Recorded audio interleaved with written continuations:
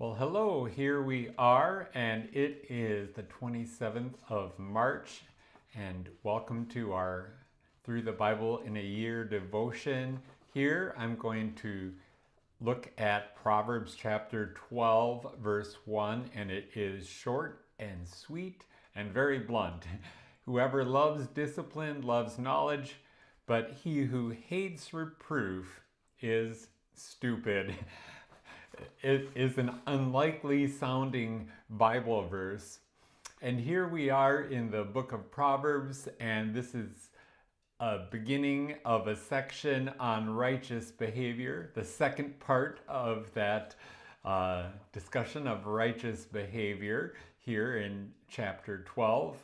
And as we look at this verse, the word loves is used twice, and it sets up the opposite of love, hate, that is mentioned in the second half of the verse. Like with the book of Psalms, here we have an example of the most common feature of Hebrew poetry, which is parallelism. So, loving discipline is the opposite of hating reproof. And loving knowledge is the opposite of being stupid.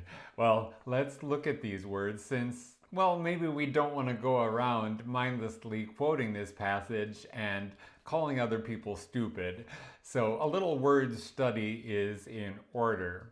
The Hebrew word that is used here for discipline, which is musar, is used 30 times in the book of Proverbs, and this is a reminder that wisdom is not acquired all at once, but requires a lifelong process of learning and contemplation.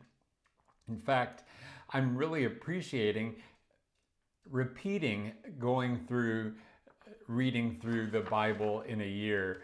We did that a couple years ago, and now I'm doing it again, and I'm finding that I've grown in my understanding even since that first time, and really reaping a benefit of the process of reading through the Bible in a year again.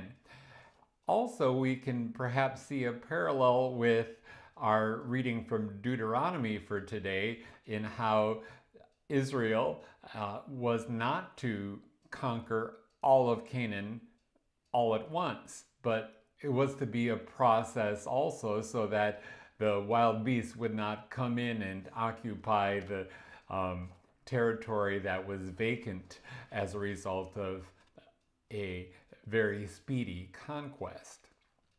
So here we see the value in undergoing a process of gradual learning. Slow but steady wins the race, and to undergo a process of learning and contemplation throughout your entire life, one needs discipline. Most often, the word discipline implies correction, the intervention of some authority to turn a person from harmful and self-destructive ways and sins. This could be a verbal warning, for example, or God could bring about a turn of events in one's life that captures your attention and leads you to greater understanding, or discipline can come from within, and we can have self-correcting thoughts for the mind that is sanctified. Well, discipline is never meant simply to be the venting of one's anger. It is instead a way of teaching and guiding others in the way of life. Sometimes this Hebrew word musar simply means instruction in general. Perhaps from the world of sports, we can draw an analogy with the idea of being coached. So that is discipline. The Hebrew word for knowledge, which is da'ath, is used 39 times in Proverbs, and knowledge means more than just acquiring awareness of facts. It also denotes an awareness of one's situation and also the ability to practically apply knowledge to everyday situations. So we could add to that and also say that knowledge of God implies a relationship with God through faith that also serves to guide us throughout life. So, like in today's verse, knowledge is synonymous with wisdom. The Hebrew word for stupid, and there is a Hebrew word for stupid, is used just twice in Proverbs. And here, the Hebrew word carries a little more gravitas than the English word. The idea is brutish stupidity that could be compared with the ignorant actions of an animal. So we shouldn't be afraid of applying this word to ourselves in our sinful condition. This is what Agur does in Proverbs chapter 30, verse 2, when he admits his weakness to God. Of course, though, as he confesses his sin, he is still a believer, trusting in the one true God.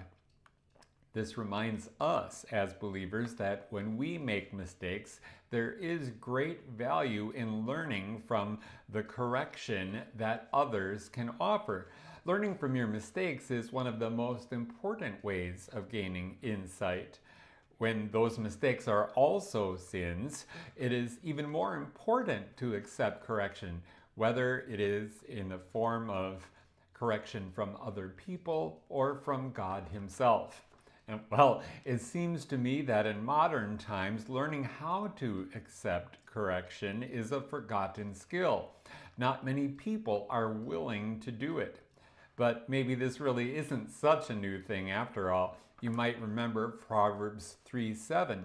Be not wise in your own eyes. Fear the Lord and turn away from evil. Another good verse is Romans 12:16. Live in harmony with one another. Do not be haughty, but associate with the lowly. Never be wise in your own sight. And there's also 1 Corinthians chapter 3, verse 18. Let no one deceive himself. If anyone among you thinks he is wise in this age, let him become a fool, that he may become wise. So during Holy Week, as we approach Good Friday, our focus is all the more intensely upon confessing our sins and repenting of them.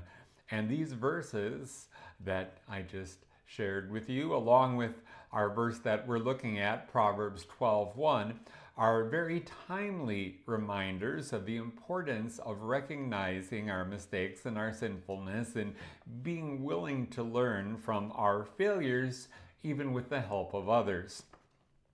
May God provide us hearts that seek correction and wisdom, and hearts that trust in God's forgiveness graciously given to us through Jesus Christ and His sacrifice on the cross. So, blessings on your day.